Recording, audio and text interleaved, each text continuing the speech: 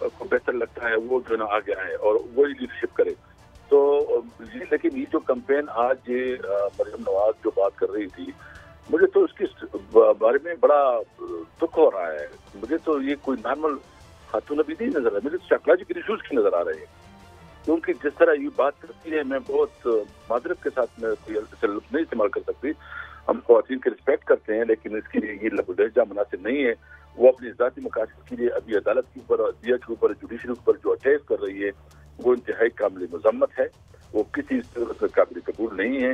اور ہم سمجھتے ہیں اچھا یہ چیف جسٹس تھا, اس نے ہماری حکومت ختم کی, اس نے ہماری رولنگ ختم کی, تو یہ تو مبارکباد دے رہے تھے. اب یہ چیف جسٹس ہے, اس کے قانون کے مطابق کیا جانا ہے.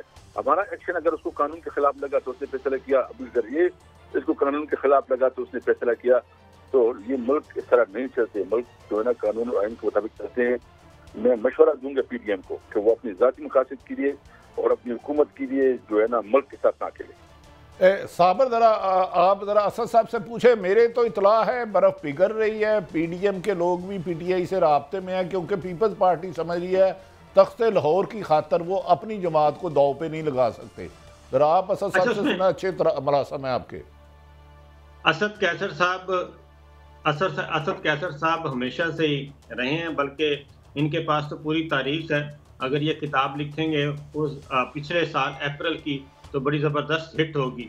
تو اسد کیسر صاحب یہ بتائیں کہ جو لوگ آپ سے رابطے میں تھے پچھلے سال اپریل 22 میں, کیا وہ دوبارہ انہوں نے آپ سے رابطہ کیا ڈائریکٹ اور انڈائریکٹ, اور انہوں نے کہا ہے کہ معاملات جا رہے ہیں جون میں الیکشن کی طرف؟ دیکھیے, میں تو بالکل ہمارے ساتھ کوئی رابطہ نہیں ہے, نہ کوئی ڈائریکٹ نہ کوئی انڈائریکٹ. اور چونکہ پارٹی نے بھی ایک مینڈیٹ نہیں دیا ہے تو ہم نہیں کرتے کہ کوئی ایسا کام کرے کہ جس کی وجہ سے پارٹی کی ڈسپلن کی خلاف ورزی ہو. لیکن میں سمجھتا ہوں جو ہمارے ریٹائرڈ لوگ ہیں اس کے ساتھ ہماری جو ہے نا ایک بہت رابطہ ہے. اس کے اندر خود بھی پریشانی ہے. جو کہ سینئر پوزیشنز پہ رہے ہیں وہ خود اپنی کوشش کر رہے ہیں. ان کا ایک کوشش سے مطلب اتنا ہے کہ یہ جو سب کچھ ہو رہا ہے یہ جو ہے نا مطلب ادارے کے لیے بہت نقصان دہ. ادارے کے اوپر جو ہے نا بڑی آپ کو خود پتہ ہے کہ پبلک میں اس کی جو ساکھ ہے وہ پوری طرح متاثر ہوئی ہے. تو ساکھ کو بحال کرنے کے لیے ادارے کو اپنا رول جو ہے نا چینج کرنا ہوگا. اور ہم امید رکھتے ہیں کہ کچھ ہمیں اشارے اور اثرات نظر آ رہے ہیں کہ کوئی پازیٹیوٹی ہے, لیکن کوئی ڈائریکٹ رابطہ ہمارا نہیں ہوا ہے. اچھا صابر, اسد صاحب ٹھیک کہہ رہے ہیں. ہاں, آپ بھی اپنی چوہا میٹنگوں کا کبھی ذکر نہیں کرتے تھے, اعتراف نہیں کرتے, طریقے سے خبر دیتے تھے. جی صابر, آپ نے مریم صاحبہ اور محترم وزیر داخلہ کو سنا اور وہ عدالتوں کے بارے میں جو فرما رہے ہیں اور الیکشن کے بارے میں, کیا آپ کہتے ہیں؟ اچھا جی بھٹی صاحب, ایک بات پہلے میں نے آپ کو کابینہ کے اجلاسوں کے بارے میں بتایا کہ کوئی ریکارڈ نہیں ہے بالکل کسی قسم کا, اور وزراء بالکل تیار نہیں ہیں, اور یہ صرف نون لیگ کی اپنی ذہنی اختراع ہے کہ ہم یہ کر دیں گے, ہم وہ کر دیں گے, ہم سپریم کورٹ سے بغاوت کر دیں گے. ایسا پاسبل نہیں ہے.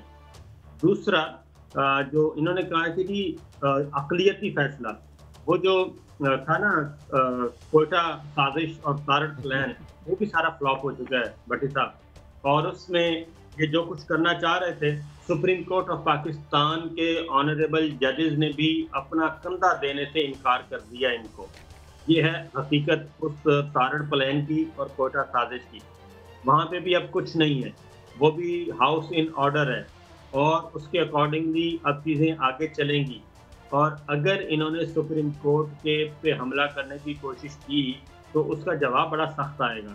وہ رجسٹرار کو جو او ایس پی بنانا تھا رجسٹرار صاحب کو, وہ تو ابھی تک موجود ہے ادھر, اور 6 ممبرز بینچ نے وہ آرڈر جو ہے سیٹ اسائڈ کر دیا ہے. اور اس کے بعد ایک اور چیز بھی ہو گئی ہے, آج ہم اس طرف نہیں جا رہے, گجرانوالہ بار نے ایک قرارداد پاس کی ہے, اور اب وہ آوازیں اٹھنا شروع ہو گئی ہیں کہ سپریم کورٹ کے اندر ایک اور سپریم کورٹ کی اجازت نہیں دی جائے گی. سپریم کورٹ سپریم کورٹ اس کی کوئی اجازت نہیں دی جائے گی. تو بہرحال یہ ان کی باتوں پہ مت جائیں. حقیقت یہ ہے کہ الیکشن کی طرف معاملات جا رہے ہیں, اور الیکشن کے علاوہ کوئی آپشن نہیں ہے. اور نہ صرف یہ کہ ریٹائرڈ جو ہیں آفیشل وہ آ چکے ہیں, ریٹائرڈ لوگ بہت بڑی تعداد میں آ چکے ہیں, اور نہ صرف جوڈیشری ملٹری سائڈ سے بلکہ جوڈیشری کے سائڈ سے بھی آ چکے ہیں. اور بہت سارے اور لوگ آ چکے ہیں جن کے سٹیٹس ہیں اس ریاست پاکستان پہ کہ جناب معاملات کو حل کریں. یہ سپریم کورٹ سے بھی تناؤ اور ہر ادارے سے ٹکراؤ. یا آپ تھوڑا دن دیکھ لیں کہ یہی مریم صاحبہ جو ہیں، یہی نون لیگ، یہ گریبان پکڑیں گے باقیوں کا بھی. انہوں نے باز نہیں آنا.